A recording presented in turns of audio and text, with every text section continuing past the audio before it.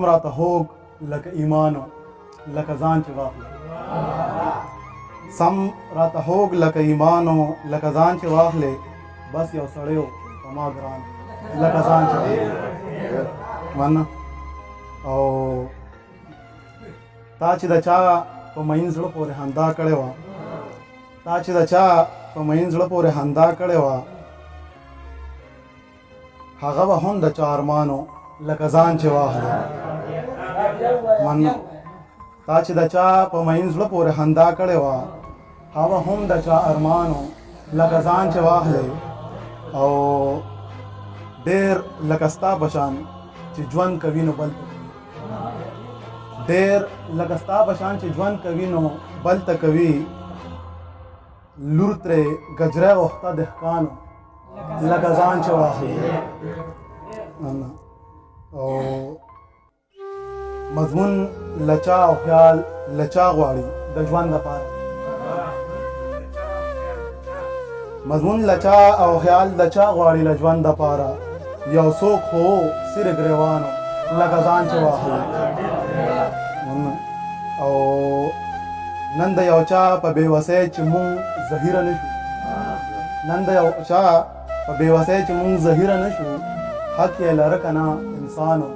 لکه ځان چې واخلې یو غزل دی مطلب چې تا محبت تر خپل مرامه څنګه ورسوو تا محبت تر خپل مرامه څنګه ورسوو تا خو د امن زیرې هم تر جنګه ورسوو او ته د احساس او د هوس ترمنځ د فرق نه کړې ته د احساس او د هوس ترمنځ د فرق نه کړې تا د ژوندون څنګه د لوړ پیرنګه ورسوو او په کوم نصاب د انساني بچو حیوان سازوي په کوم نصاب د انساني بچو حیوان سازوي چا مو ولس په کومه لار تر بنګه ورسوي مننه شعر دی چې مونږه د ځمکې په حدودو کې لا کرښې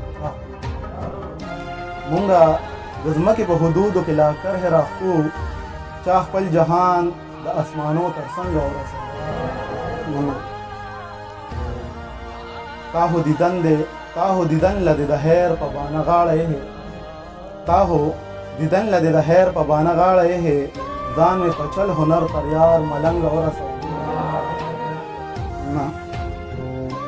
وینې مو سپینې د کسرې دي وینې مو سپینې د کسرې په پته نه پوهېدو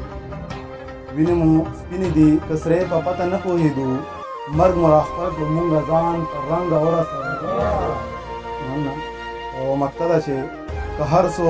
لوی شي په شپې سحر کې سا ورکوي که هر څو لوی شي په شپې سحر کې سا ورکوي وخت زورور خو ځان تر هر غورځنګه ورسوي مننه که هر څو لوی شي په شپې سحر کې سا ورکوي وخت زورور خو ځان تر هر غورځنګه ورسوي مننه